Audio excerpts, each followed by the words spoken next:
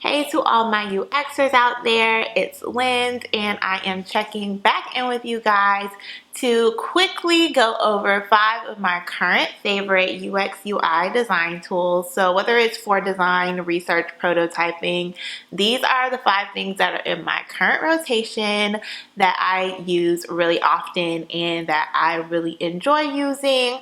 Now for every tool out there, there's usually like a dupe or an alternate, so I'll also let you guys know any kind of popular options that you can explore, kind of figure out which one is your jam. But overall, let's get into the faves.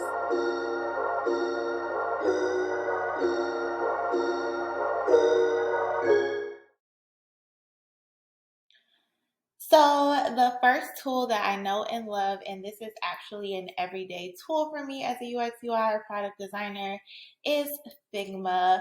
And so what Figma is a design tool, a prototyping tool, a communication tool. It's a little bit of everything, but if you are a UX UI designer, either Figma, Adobe XD, or Sketch. There are some newer ones like Framer, etc., that'll come into play. But those 3, Figma, Adobe XD, and Sketch, are the main players as far as like what you need to know how to use to design interfaces and design systems. And usually, if you can use one, you can definitely figure out the others. So it will be up to your job or your team as to what you're coming into and what tool they use. They won't use all of them, they'll just use one.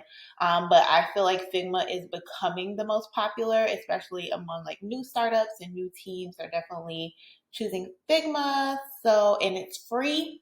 So I really suggest Figma, especially to new designers who just want to play around.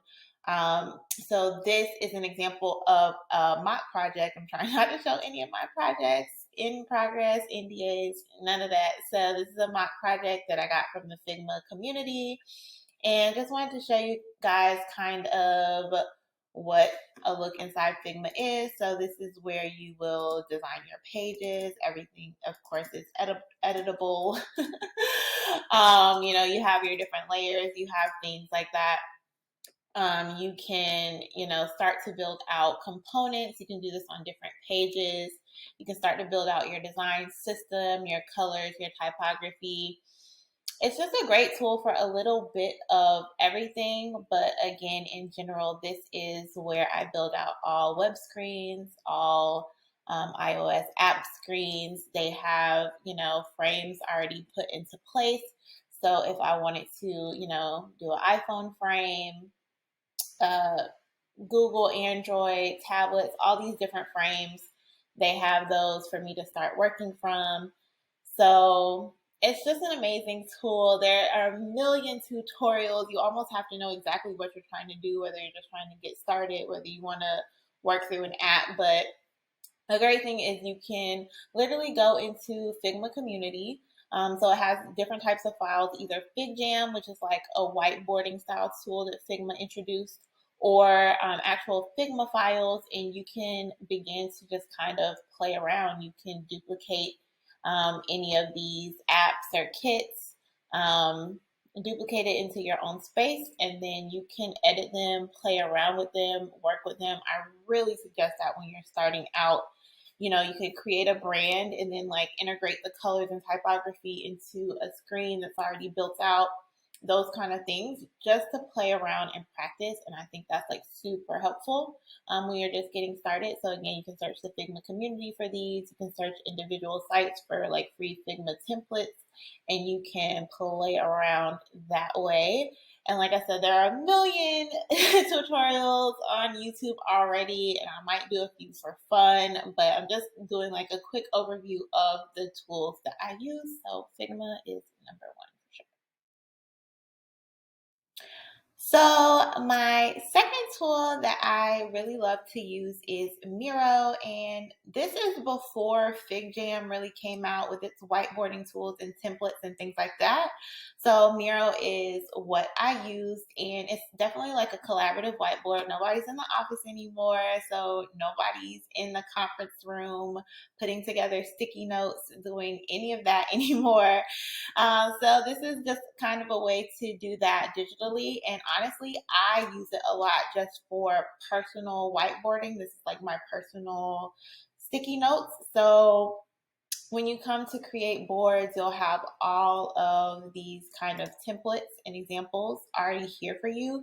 So when you're doing user research and validating ideas, these are the kind of exercises that you will do. So what can be really helpful as you're learning is just to kind of go through each of these templates and maybe watch YouTube videos or find articles on how to do that. So look up UX, UI brainwriting, or UX customer touchpoint map, UX customer journey map, that kind of thing. And that's how you really kind of figure out how to map and diagram user flows, which are super, super important before your wireframing process and before you are designing.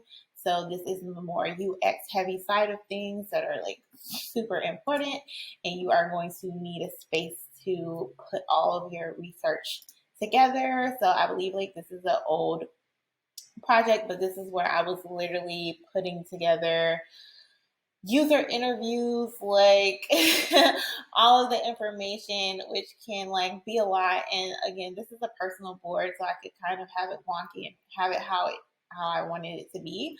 But again, this is just an example of the research phase and what goes into creating an app. And honestly, if you are bringing any real value to a team, to a startup, to a company, wherever you want to work, you are going to have to be able to have substance behind your design decisions, and a lot of that UX research and being able to talk to users, kind of figure out their needs, their pain points, etc.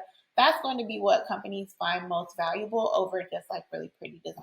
I mean, some will prioritize that. But at the end of the day, for them to reach their next goals or satisfy their customers or even launch something from scratch, all of this base work really needs to be done. When it's not, there's failures and problems. So doing this kind of UX research and brainstorming and mapping is like a super important skill to have, and it's something that people will ask about in your interviews. They want to know your processes. They're talking about things like this and how are you going to help them and lead their customers through the journey the way they want you to. So Miro, again, I think it's a great idea to just kind of explore some of these templates, do some outside research to see how other people are using them. Maybe if you have like a mock project already going, if you're taking a course or you want to start a mock project, this is a great way to kind of start some of that initial research and planning.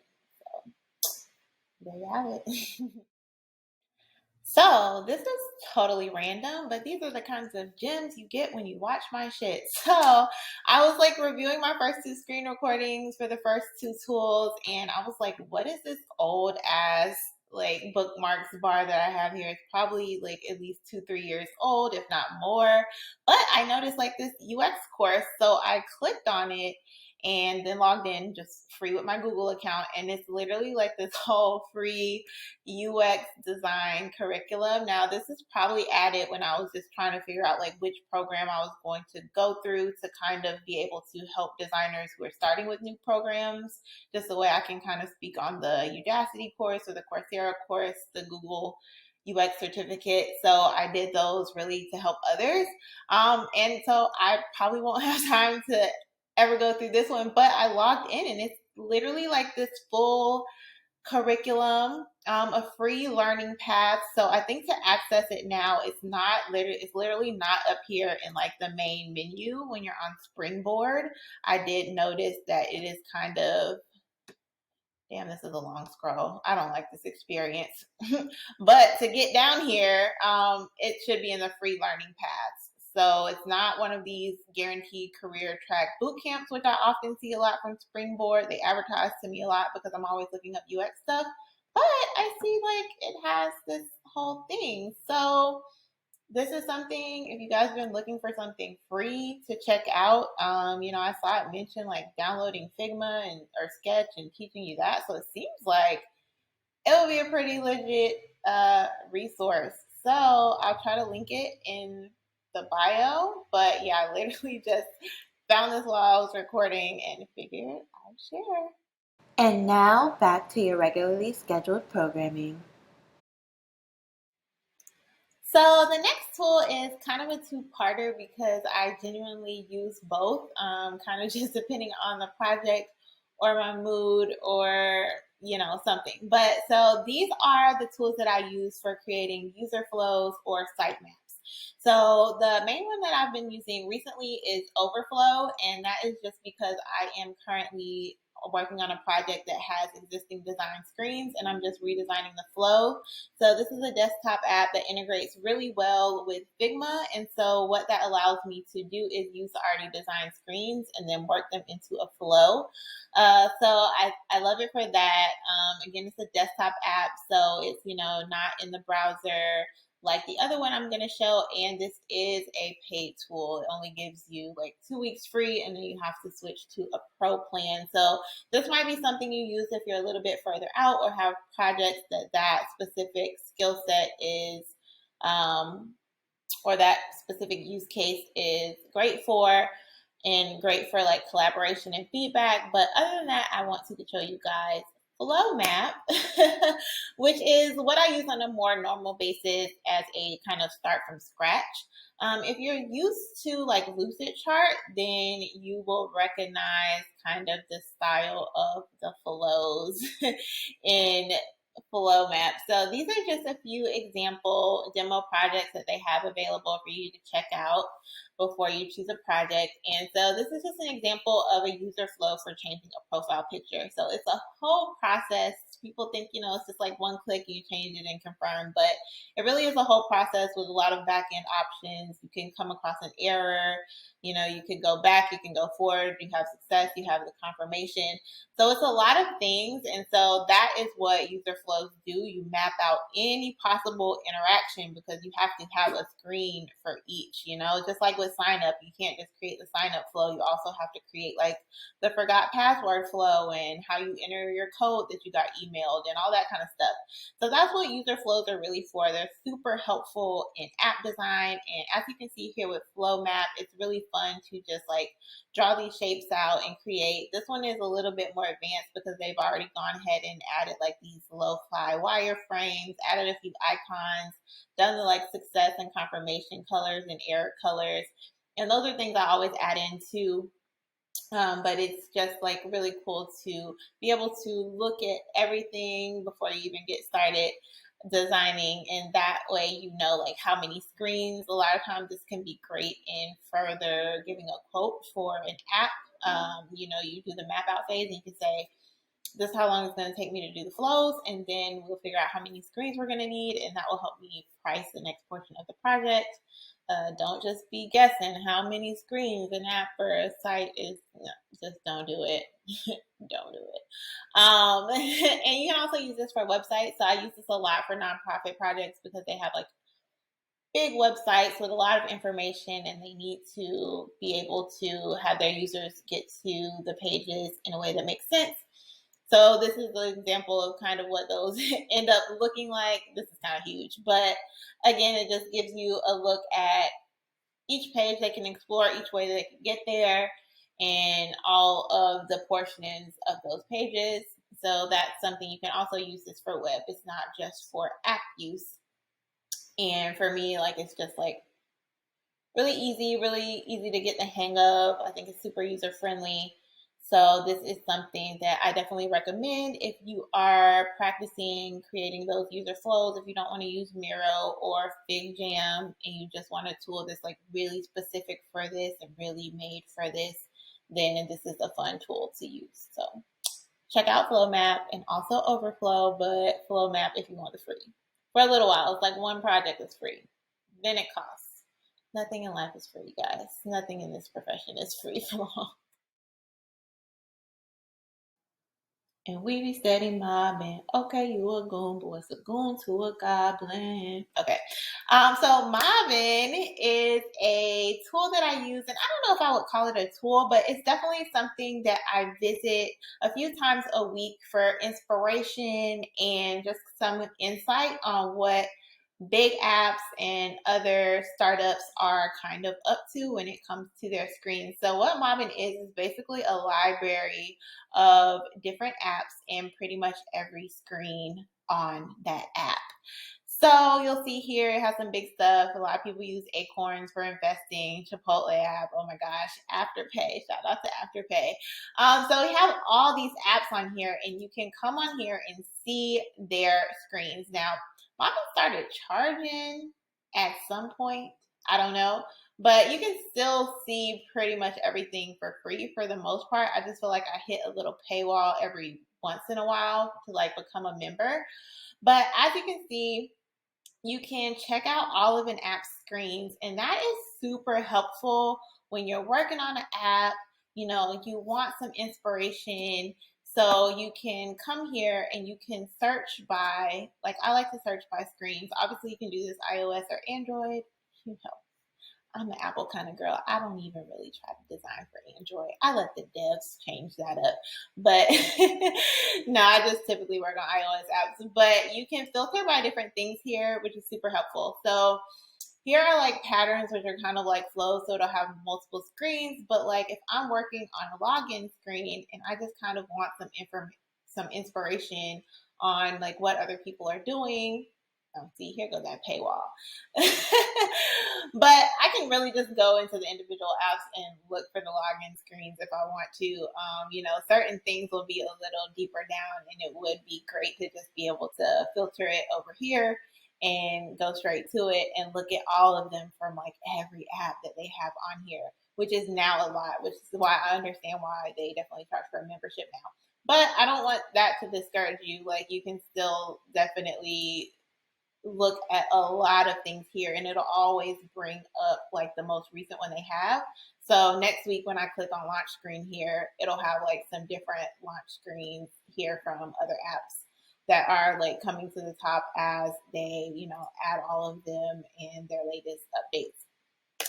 So I definitely recommend using this especially if you're doing things like the daily UI challenge that might say, okay, do a login screen, do a calculator, do a checkout screen. And you can literally come here and explore different apps. You know, maybe you're making a food app. You know, maybe you're working on something in healthcare. And you can literally just get an inspiration and see what these teams are doing. And a lot of startups like that I can use this tool or you can use this tool, because if they are early stage and they don't have the money to invest in a lot of UX UI research and backstory, you can just use what other apps who do have those teams and who are paying for all those researchers, and just like base your stuff off of there. It's not necessarily copy, but I mean, a lot of apps copy so that it's intuitive. So it's not necessarily a bad thing in the app design space. But it's a great thing to utilize. I can see what this multi-million-dollar company did with their app, and we can use that with this app that is pre-seed or early stage. So Mobbin, again, just a great place to go for inspiration. Use it like you use Dribble or Pinterest or whatever, but also you can use it within doing the project, and it's super helpful. Love it, love it, love it. So last but definitely not least, because Envision is that girl, is Envision. So this is just an example of an old project, literally from like 4 or 5 years ago. But that's how long I have been using Envision on projects. It's an awesome tool, and you know, it's funny because Figma, Sketch, Adobe XD, they all kind of created features to mimic what Envision was doing. Envision is doing this prototyping, and so they added that prototyping feature after you're designing screens there. So for me, I really still love designing screens in Figma, and I used to try to like keep presenting screens in Figma, things that were in process, et cetera, et cetera. But that's when I started revisiting Envision and adding it back into my workflow because it makes the review process for screens and designs so much easier. So you'll see here there's just a few screens in this little demo, and they're all listed here. They're listed as in progress. And so if they were on hold, waiting for a review from a stakeholder, if they were like fully approved, they could go here. You could see it in this workflow that's in like a board style, which I love because I'm like an Asana babe. So you'll see that here. And it just makes collaborating on screens super easy. They have tasks, activities, comments, so you can definitely invite your whole team to comment on your projects.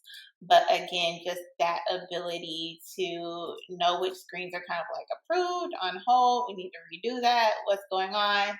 This is what I feel like Envision's strong point is over Figma, because you can like try to like manually create these pages in Figma or Sketch or Adobe as you're doing a project, but I really love this view of the flow.